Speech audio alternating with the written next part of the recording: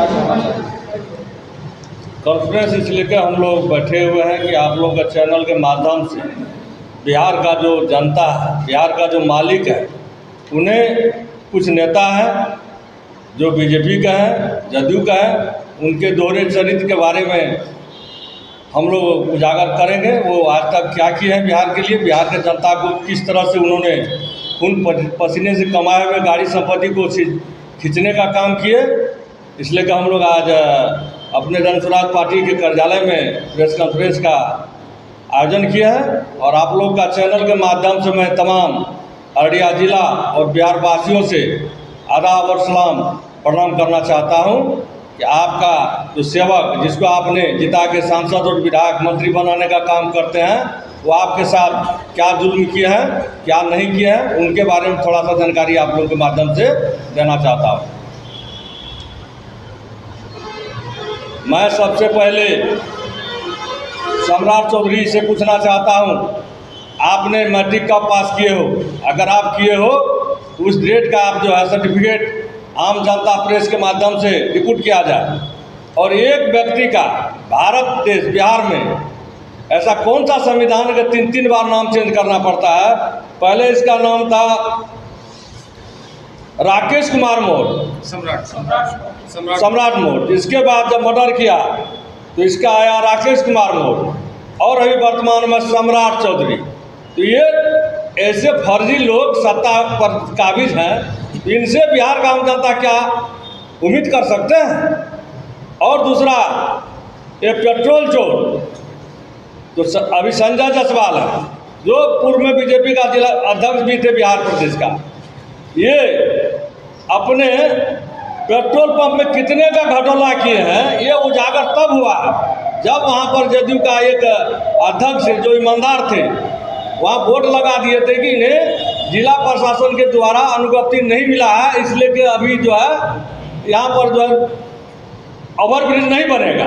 लेकिन जब मीटिंग में मामला आया तो जिला से नहीं बिहार से उसको एनओसी मिला हुआ था। ये सिर्फ अपने पेट्रोल चोर जो है अपने पेट्रोल अपने फायदा के लिए वहाँ वोट लगवाया था, जो कि आम लोग वहाँ काफ़ी विद्रोह किए। इसके बाद मामला सामने आया तो वोट हटाया गया और वहाँ ओवरब्रिज बना।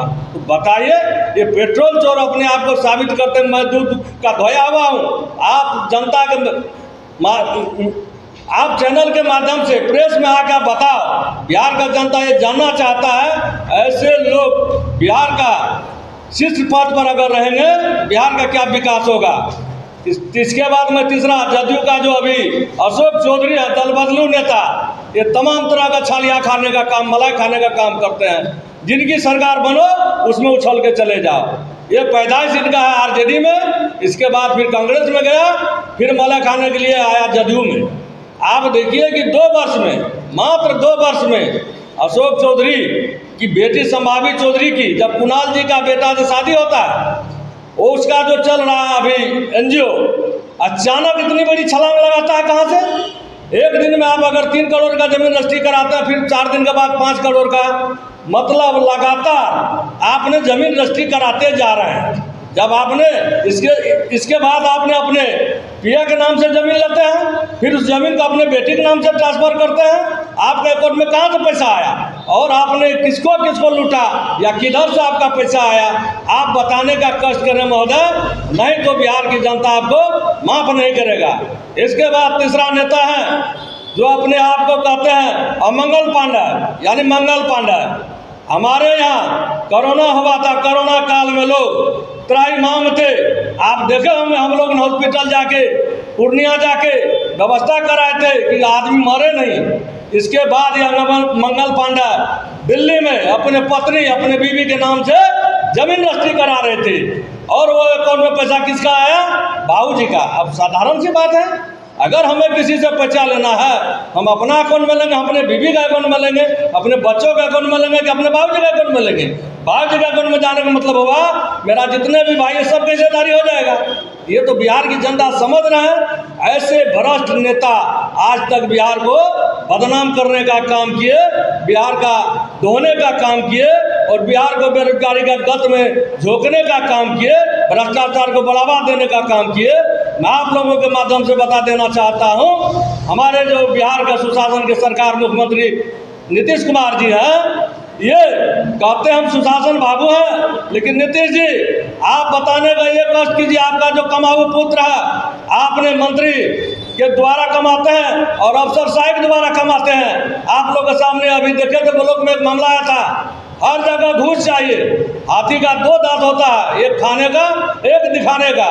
तो नीतीश जी का जो कमाऊ पुत्र है, ये इर्द गिर्द में रहते हैं, इसको हैक कर लिए हैं और आज तक बिहार की इतिहास नहीं है कि 2 साल में 200 करोड़ रुपया का एक नेता के द्वारा घटोला किया जाए, जिसका आपको हमारे पार्टी का जो सूत्रधार है वो बारी से अकाउंट नंबर दिए हैं, सारा चीज़ दिए हैं, उसको आपको व्हाट्सएप पर जारी भी किया गया है और अगर नहीं किया गया है तो जारी बहुत जल्दी किया जाएगा। तो मैं बिहार के जनता से अपील करना चाहता हूँ, देखिए आप ऐसे लीडर्स के चक्कर में, ऐसे लोग के बरगलाने में हम लोग किसको वोट देते हैं? हम लोग वोट देते हैं, कहते हैं यहाँ पर तो हमारे ऊपर देख कर दे रहे, भैया ऊपर कहाँ है? यहाँ तो बिहार को लूटने वाला बिहार में बैठा हुआ है। और ये देख कहते हैं हमने महादलित का मसीहा है, गरीबों का मसीहा है, दलितों का मसीहा है। आपने तो इतने बड़ा मसीहा है, अपने माले माल और बिहार का जनता कंगाल। इसीलिए आप लोग के माध्यम से मैं कहना चाहता हूँ, हमारा जो पार्टी का लोग है, जिला का पदाधिकारी हो, प्रदेश का हो, सेंट्रल टीम का हो, तमाम लोग ऐसे सभी का लोग इस पार्टी में जुट रहे हैं जिस पर कोई किसी तरह का आरोप प्रत्यारोप नहीं है। और समाज में वो निचली पौदान में जो है वो हीरा है, लेकिन उन्हें आज तक कोई जोहरी नहीं पहचान पाया है। वैसे जोहरी हमारे आदरणीय प्रशांत किशोर जी हैं, वैसे जोहरी को पहचान के तराशने का काम करेंगे, नया बिहार बनाने का काम करेंगे। और मैं फिर यही नेता लोग से कहना चाहता हूँ, अगर आप पर आरोप लगा है, हिम्मत माँ का लाल हो, आके प्रेस कॉन्फ्रेंस करके जवाब देने का काम करो, अन्यथा बिहार का जनता माफ नहीं करेगा। रगड़ के खदेड़ के जनता के अदालत में फैसला करेगा जनता। इसी माध्यम से आप लोगों तमाम लोगों का दिल के गहराई से आभार प्रकट करता हूँ। दोस्तों, जय जवान, जय किसान, जय बिहार, जय जन स्वराज।